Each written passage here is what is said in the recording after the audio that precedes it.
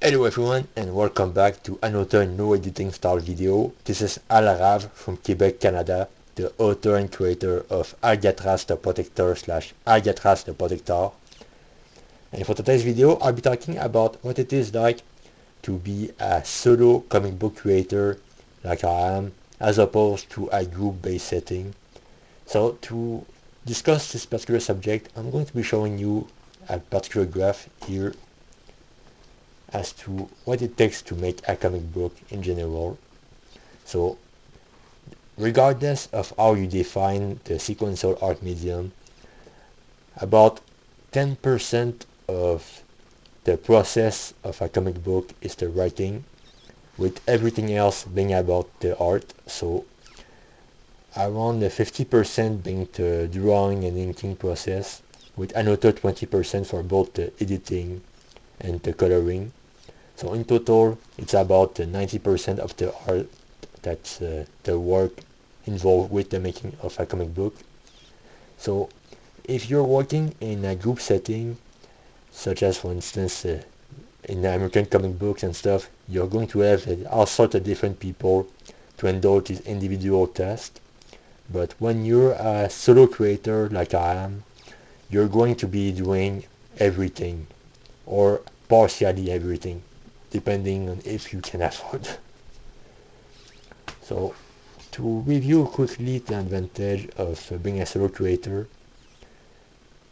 there are a few distinct advantages, just like they are with group setting, but the one thing that can be said about either one of these worlds is that when you're a group setting, you get to focus single-handedly on one aspect of the making of a comic book as opposed to the whole thing. So because of that, there are some advantage, mostly for the writers, who in their case they can work on many different books at the same time without breaking too much of a sweat, which is unlike the artists who tend to only work on one or two series at a time due to the amount of work required to make these artwork and stuff. Colorist and editing, I can't comment too much, but it is about the same. Since comic book are visual medium, most of the work that's involved with the making of a comic book, it is very heavy, but with a group setting, these tasks can be alleviated by splitting off the work into different people. In comparison to being a solo creator, so one thing that for sure, if you are doing the whole comic book by yourself, which is what I do, you're definitely going to be more restricted as to in terms of the actual output than you can do as a solo creator. So if you are making a comic book, there are a few advantages to that can be feel when you're a solo creator.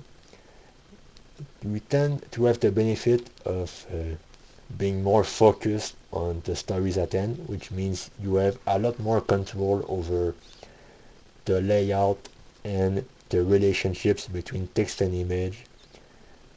That's one thing. And to kind of discuss this particularly, in American comic book, whenever you have different writers and artists who are working on the same books, sometimes the collaborations can be very great, but there are other times too where there is a dissonance between the writing and the art, and this can be felt at various levels. So for instance, some writers are doing a lot of writing, but it gets in the way of the action put forth by the artist.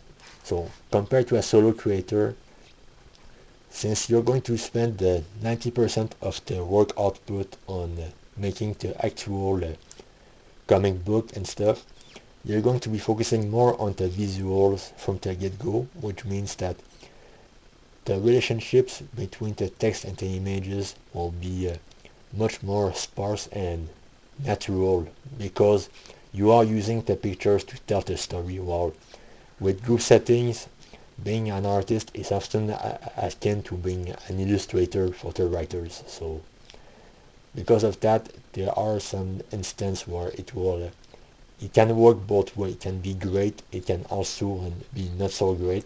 With a solo creator, you do have the benefit of having more control over how you want the comic book to feel and be like, and the overall end product. So you do have the benefit of adding a lot of personality in there that you couldn't really quite do with a group effort.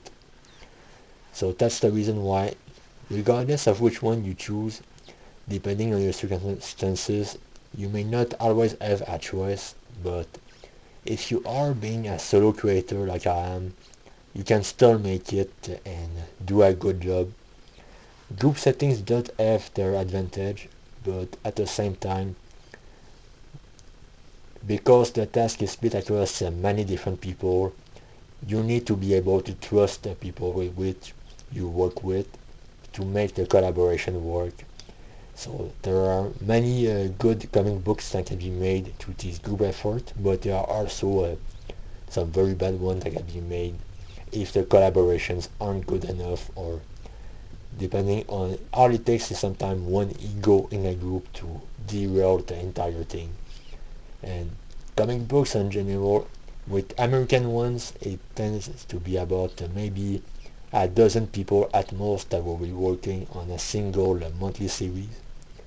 So if there are egos in there, like for instance the editors and stuff, the quality can derail very fast, very quickly. So a solo creator may not have an editorial or the big content production machine that group settings like in American comics have, but at an expense you do have a lot more control over your work, which will often lead to a better quality output overall to make up for the lack of content in comparison to a group-based settings.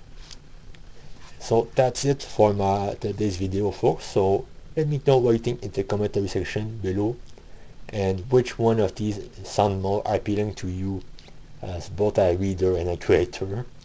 And with that being said, look forward to all the Alcatraz the Protector / Alcatraz the Protector stuff on my Substack. The links are always available in the description below or on my channel's page. And with that being said, thanks for watching, and we'll see one another very soon. So enjoy the reading.